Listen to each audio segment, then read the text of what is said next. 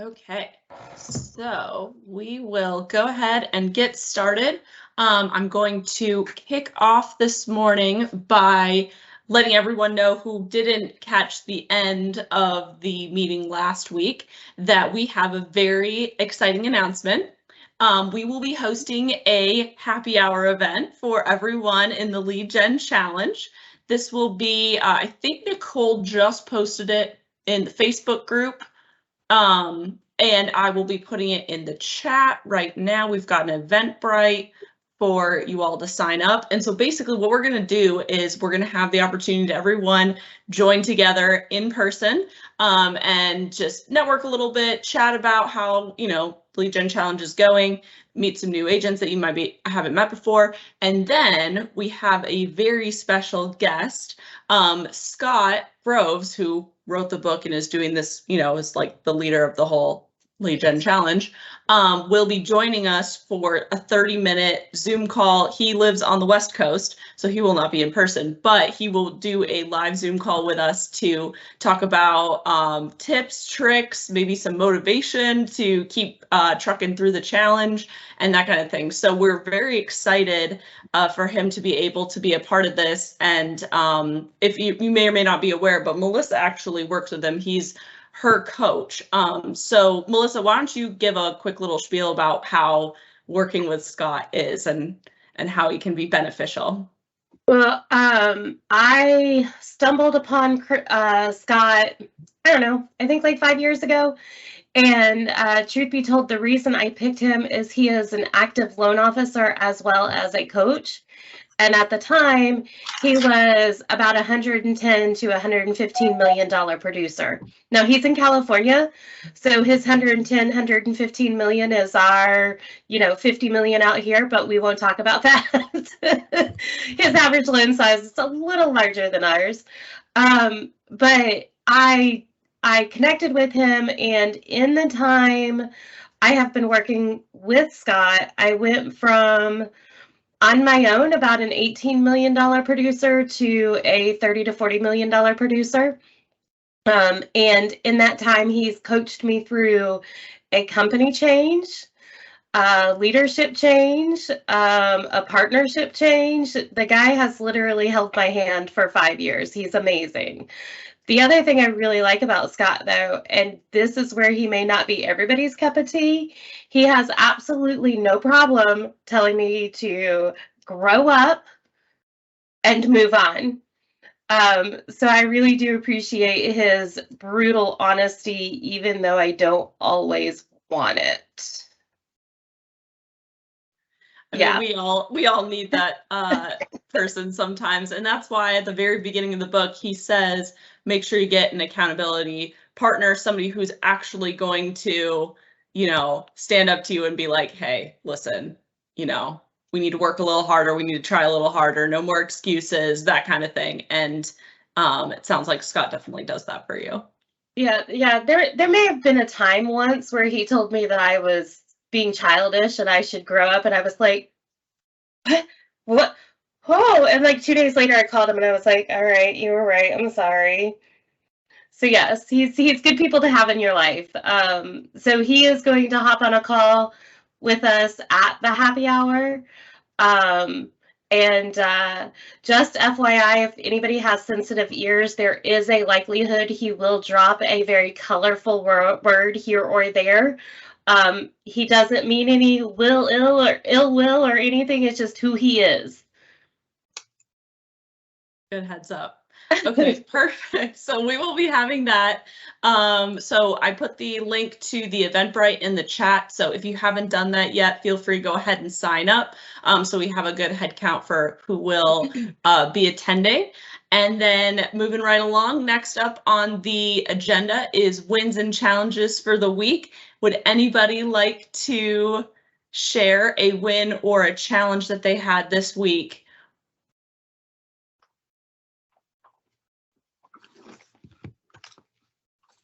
If nobody wants to speak up, I will start, and hopefully I'll get some people to speak up.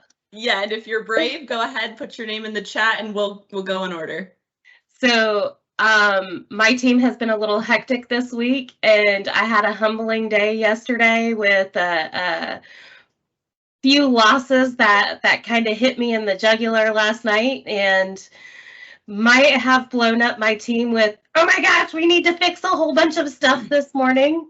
But my tantrum is out, and I'm going to just one task at a time eat the elephant that got me yesterday in hopes that I win today. Awesome. That's great. We all have weeks where everything is a little more hectic than others. We've been seeing that too on our side. Nicole and I personally had a house go into multiple offers last week. So we've been working through that kind of stuff. So Sky is going to be brave today. Sky, go ahead and unmute yourself and share with the group. Hi, good morning. Morning. I'm not feeling super well today. That's why I'm kind of like quiet, but my wins and challenges. So challenge would definitely be that I've had a client going through something that I really is just beyond my expertise, and specifically to a 1031. And it's just kind of like disappointing to not be able to lead them in the right direction and have to figure out that I was asking the wrong questions, like super close to decision making time. So that was just a challenge that I've been dealing with this week. Excuse me. And we have gotten some answers, which is good. Sorry. But the wins would be that I got a new listing agreement and we go active on Saturday. Yay, new listing. We need more of those. Go get them. Yes. Yay, congrats on the listing. That's awesome. And when you got your listing agreement, was that from doing the lead gen challenge? Actually, it was a referral. I'm sorry, but no, that's okay. I'm sure they'll be rolling in here soon with the lead gen extra efforts. For sure. Well, and you know, even though it's a referral, following up on those referral leads, following up on those different lead sources is considered lead generation as well. So don't sell yourself short, you know, making sure, I mean, we talked last week about an agent who goes to networking events and then uses her lead gen hour to follow up on those leads and have more in-depth conversations and everything. So all of that counts. We need to make sure that we are capturing leads, but not only that, we're continuing to work them. And sometimes it takes a really long time. Sometimes it manifests very quickly, but obviously it's just going to depend on the situation. Anyone? Oh, Edie, you would like to share? Go ahead.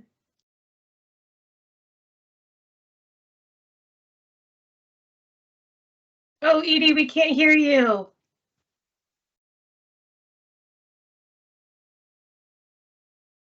Yeah, you're unmuted, but we can't hear you. You want to throw maybe your winner challenge in the chat and I'll announce it to everyone on your behalf.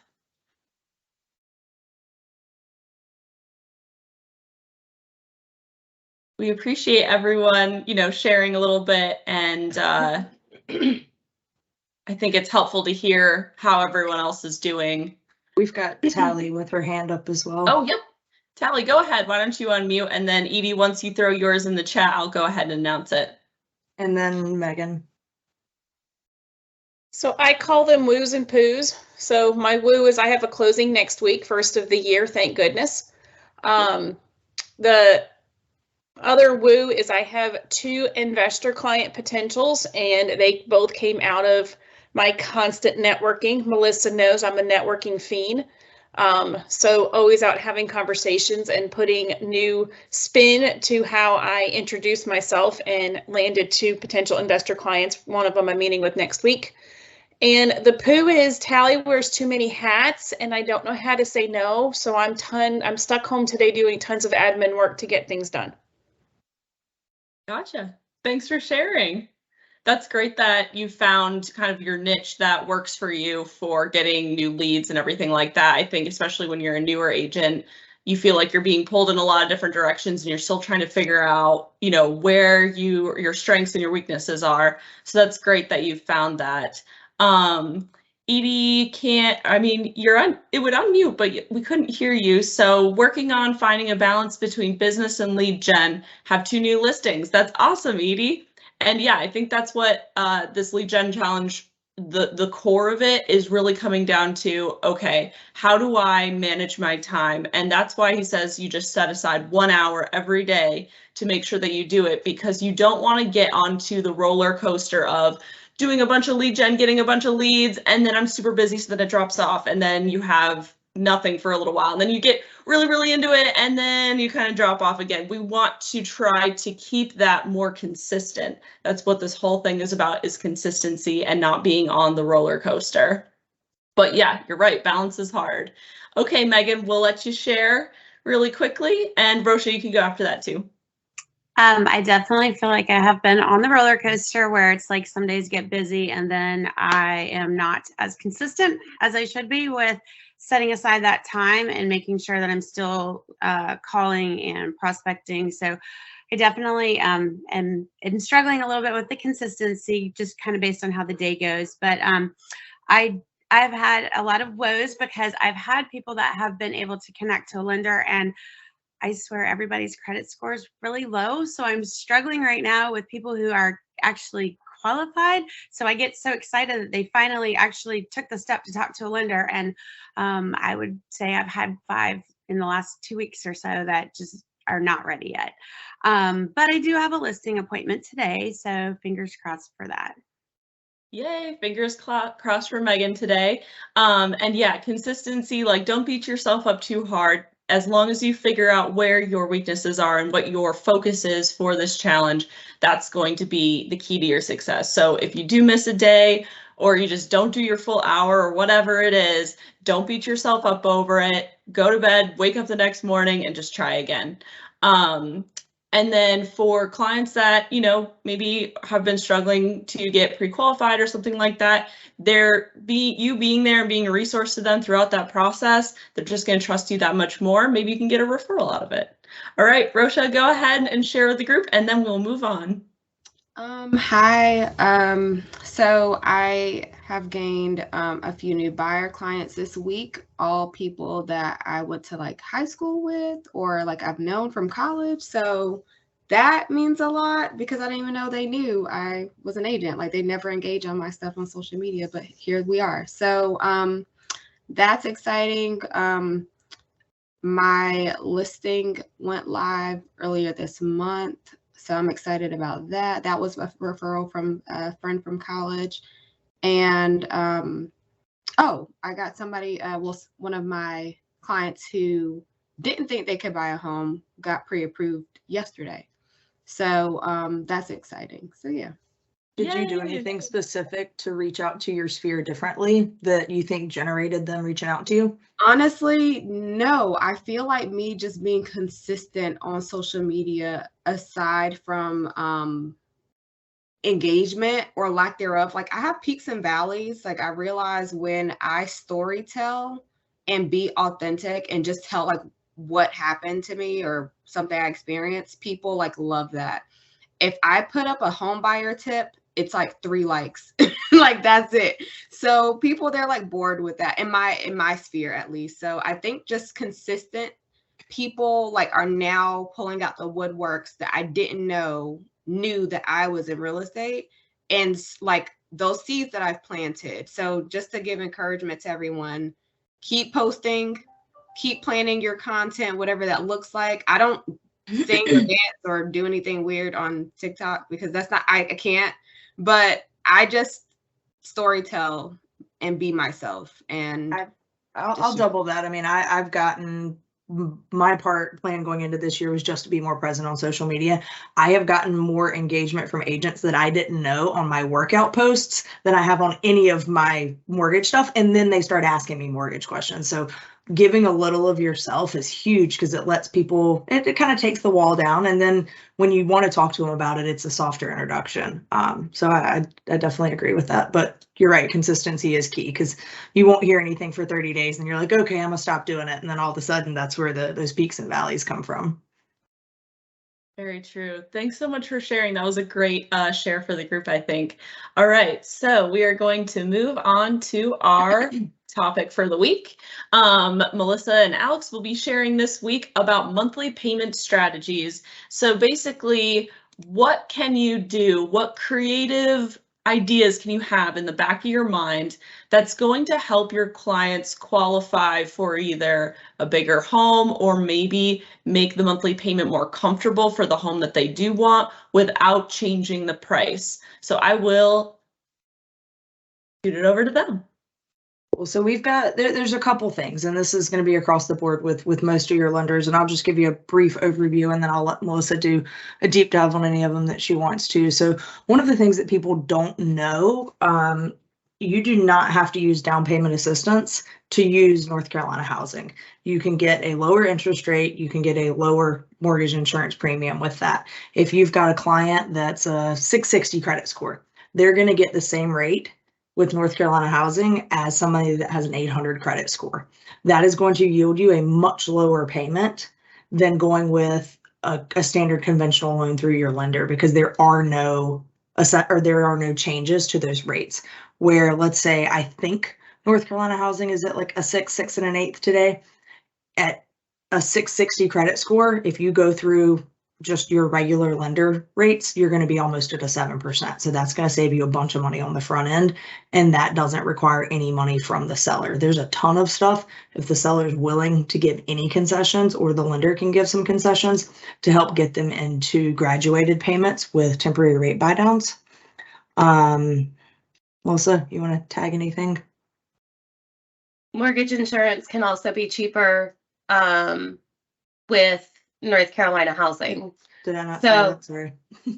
You might have. I might have been multitasking. I may not have. But the other thing is, a lot of people don't know this, and it's not for you to get in the weeds, but North Carolina housing is application income only.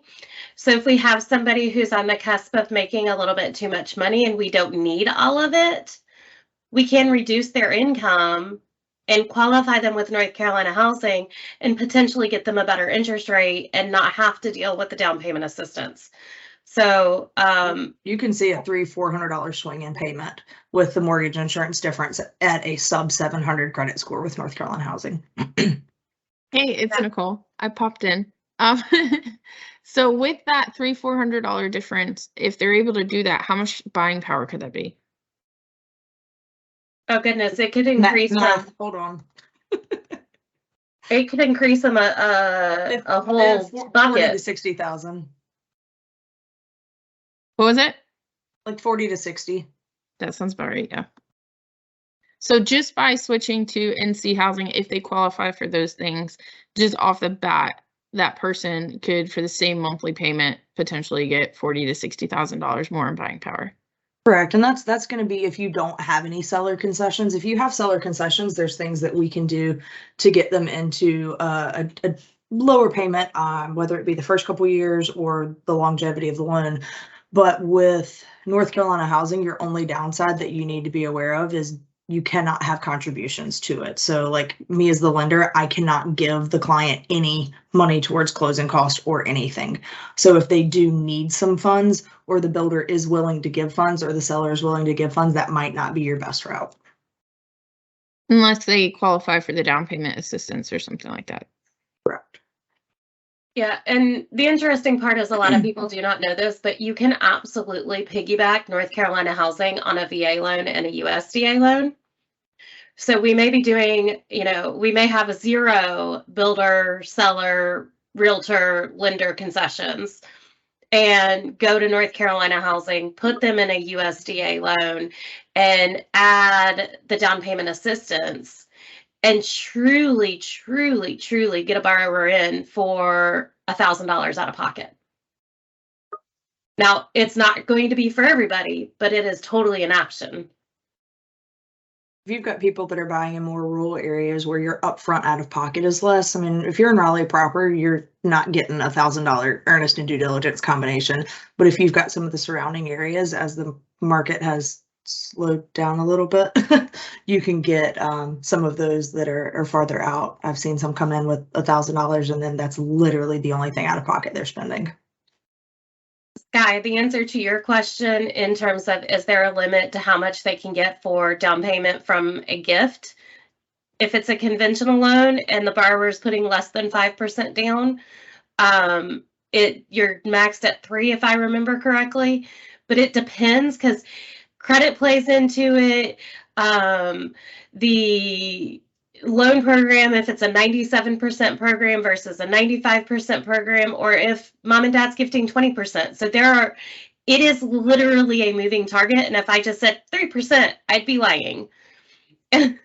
Well, this, if you don't mind me real quick, is her father said he'd give her up to 20% down payment, but it's her first home and it's a lead that I want to follow up with. So I just wanted to know a little bit more about that. In that case, yes. If it's first time home buyer buying a primary residence, mom and dad can absolutely give 20%.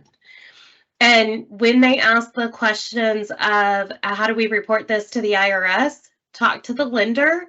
Most lenders do not report gift funds to anybody.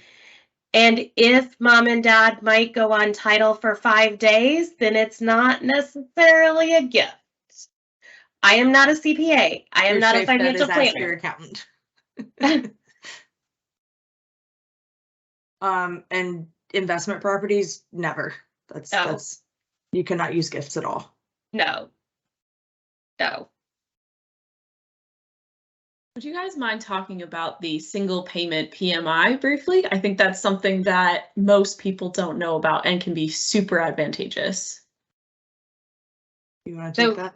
Yeah, I'll take it. So there are multiple ways mortgage insurance can be paid for. Everybody always everybody assumes it's going to be a better interest rate if I put 20% down and I avoid mortgage insurance. The answer is no. You get a worse interest rate with 20% down than you do if you put 19% down or if you put 25% down. Fun fact, mortgage insurance can be paid monthly. It can be paid by the lender. It can be paid single, one time upfront at closing, or financed, or some variation of that getup. So it's possible we have a borrower put 10% down and do single premium mortgage insurance and it's only $3,000, and we can finance that into the loan so their closing cost does not go up, and what you're financing there will be cheaper than what the monthly mortgage insurance is.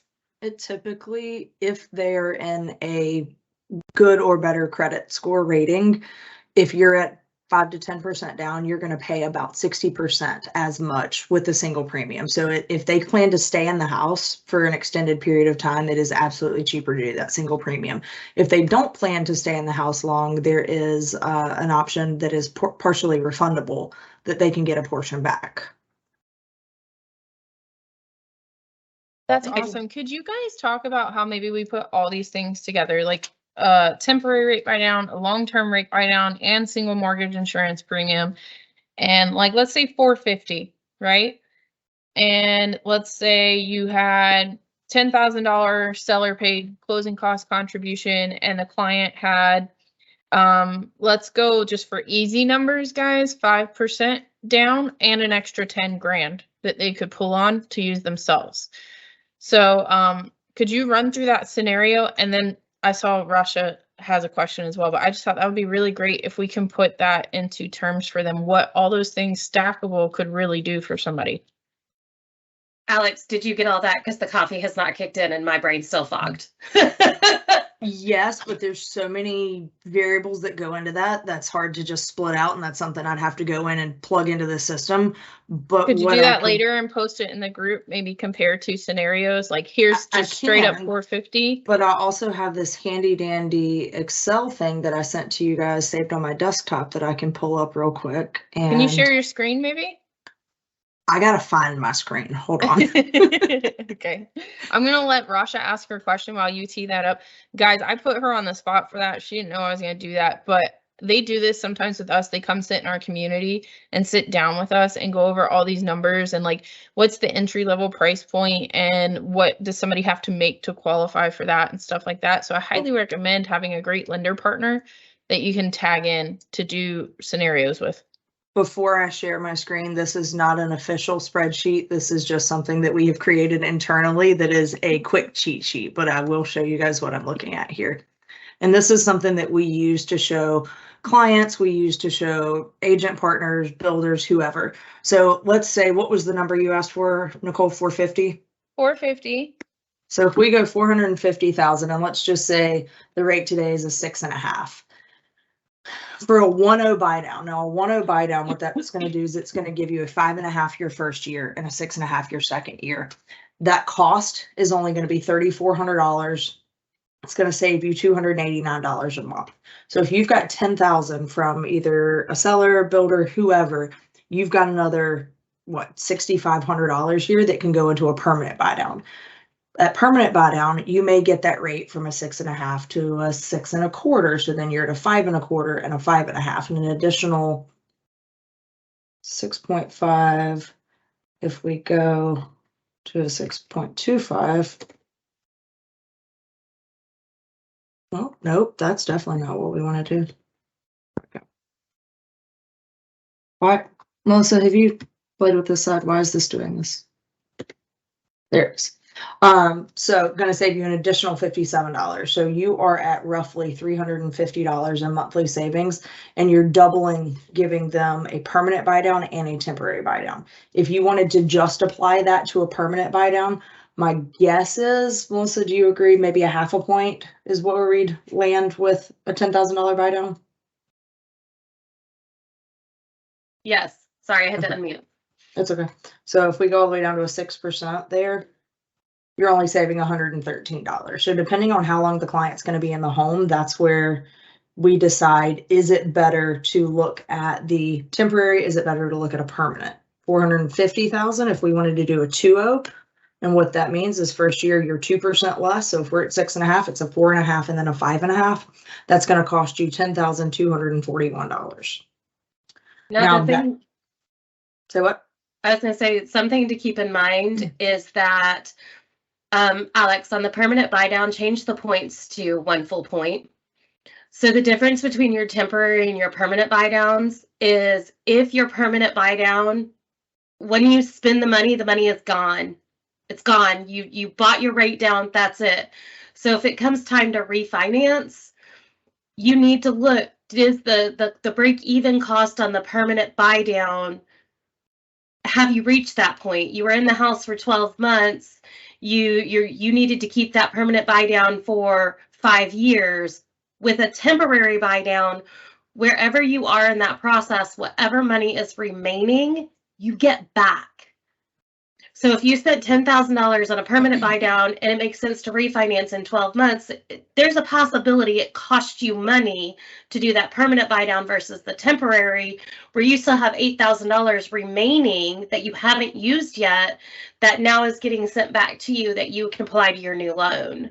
The most important thing is for us as the lender to have the conversation with them on what their plan is for the home. How long do you plan on living in the home? Because that tells us where we need to advise them to direct those funds.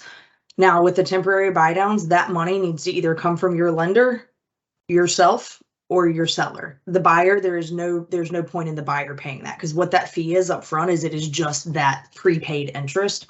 So if the buyer is the one contributing the funds, then we go with the permanent buy down, because that's, you know, they're paying to get their interest down. They cannot pay for the temporary buy down. It also doesn't make sense for them to pay for their own temporary buy down. That's helpful. I actually didn't realize that.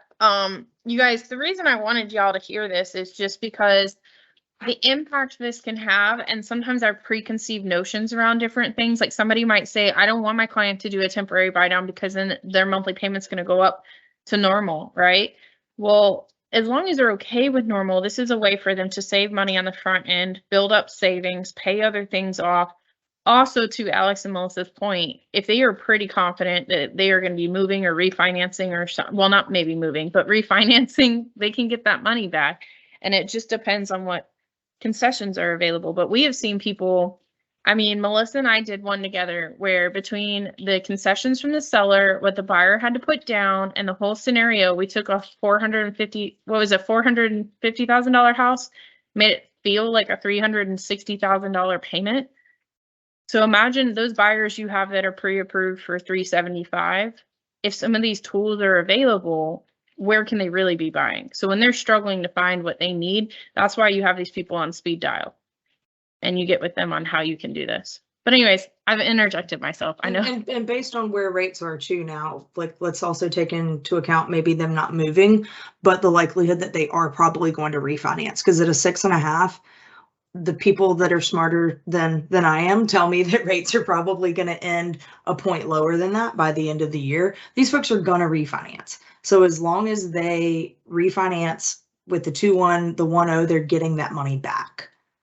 And that then gives them the idea of more of a free refinance, and it might get them into the house now versus waiting 12 months thinking that when rates go down, the house is going to be cheaper, which in actuality it's not, because as soon as rates go down, prices are going to go up. Yeah, and here's the great news. Any concessions, as long as it doesn't exceed that type of loans concession accepted rules, can be applied towards your temporary buy downs, your permanent buy downs, your mortgage insurance, and all your closing costs. It just cannot go to the borrower's down payment. There is no loan, there's no mortgage that will allow any seller, realtor, lender concessions to be applied to the down payment. Unless you're buying a house and you apply your commission. If you are an agent and you are buying your house and you choose to use your commission to purchase that house, that can be done. But only can that be done that way. Otherwise, no concessions can go to the down payment. We may have answered that question a lot recently. So no agent commission can go to the principal. Does anybody have any questions? We could keep, Alex and I could literally keep going on about this, but then we will lose you all and you will start hanging up one at a time. So does anybody have any questions? I tried to answer them in the chat as they were coming out too. So if I missed anybody, speak up now or forever hold your peace. And if y'all have any like weird one-off scenarios that you want to run by us, feel free to grab us offline if you don't want to speak up in front of the group. Melissa, were there any questions in the chat that you think everybody could benefit from? I think I answered them. One of them was, can the single premium MI be paid by a seller concession? Yes.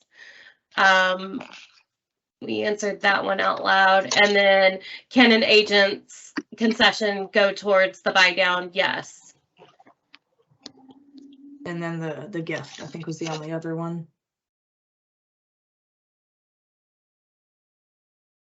Yeah, and I think high level, the best thing is that there are different strategies to use some of these seller paid closing costs, builder credits, whatever the case may be, to make the monthly payment more comfortable for the client. Or like also think about your clients that are planning to bring 20% to the table. Maybe some of that money can be designated towards the single premium MI or doing a rate buy down or something like that instead of just doing the 20%, because a lot of clients just assume that I need 20% to not have MI, I need 20% to get the best rate, I need 20% for whatever reason, but maybe some of those funds are better allocated somewhere else, and maybe they don't need to bring all 20% to the table. Maybe it makes more sense to bring 15 or something like that, and then now they have some money for furniture or a vacation or doing something fun later on. So that's what we wanted to really talk about this morning, is that just that there is some creative strategies. Don't be afraid to ask the question, okay, you have 20%, but hey, lender partner, do we need all 20%? And if so, like, can we allocate that money to make it more comfortable from a monthly payment perspective, or, you know, save some money, save some cash for the client to keep on hand for later, or whatever the case may be. If you've got a client that is saying they want to try to pay some debt off before they get ready to buy a house, have them talk to us first. It doesn't always make sense. It could be that they have 8 payments left on their car and they want to wait until that car is paid off to be able to purchase. We're not going to count that car against them if there's less than 10 payments left. So there's a lot of little nuanced things that if the client tells you they're not ready yet, you should absolutely suggest them talk to a lender, even if they're not willing to put in an application yet, just to get some direction, because they may be more ready than they think they are. Very good. All right, well, that's our meeting for this morning. Feel free to hang out if you have questions or you want to ask one of us something specific, feel free. Otherwise, hope everyone has a great week. Hit the phones hard, and we will see you next week at the happy hour event.